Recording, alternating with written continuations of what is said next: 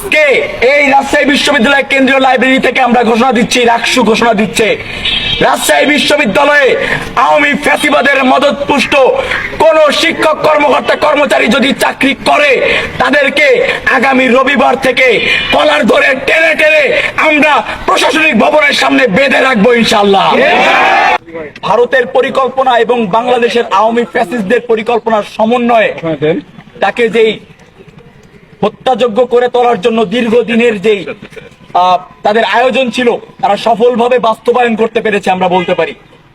আমরা শুধু এটাই বলতে চাই, আমাদের মধ্য থেকে একজন ইয়াহিয়া সিনাওয়ার বিদায় নিল, তার পরবর্তী উত্তরসূরি কিন্তু হাজার হাজার শরীফ ওসমান বিন হাদি এখনো পর্যন্ত বাংলাদেশের প্রত্যেকটা ঘরে ঘরে তৈরি হচ্ছে, তৈরি আছে এবং আগামীতেও তৈরি হবে ইনশাল্লাহ। কয়জন হাদির মুখকে তোমরা দমাবা?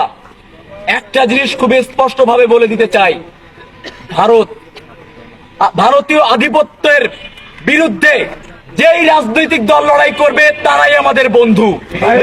ভারতীয় আধিপত্যবাদ এবং আওয়ামী ফ্যাসিবাদের পক্ষে যারা টকশোতে, বিভিন্ন সিনেমায়, বিভিন্ন বক্তৃতায়, বিভিন্ন জায়গায় জায়গায় যারা তাদের পক্ষে নমনীয়তা উৎপাদন করবে, আমরা তাদেরকে জুতা খুলে মুখে মারবো ইনশাআল্লাহ।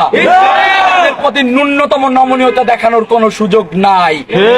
একটা লীগ ধরে ধরে আজকে এই রাজশাহী বিশ্ববিদ্যালয় কেন্দ্রীয় লাইব্রেরি থেকে আমরা ঘোষণা দিচ্ছি, রাকসু ঘোষণা দিচ্ছে, রাজশাহী বিশ্ববিদ্যালয়ে আওয়ামী ফ্যাসিবাদের মদতপুষ্ট কোন শিক্ষক কর্মকর্তা কর্মচারী যদি চাকরি করে তাদেরকে আগামী রবিবার থেকে কলার ধরে টেনে টেনে আমরা প্রশাসনিক ভবনের সামনে বেঁধে রাখবো ইনশাআল্লাহ।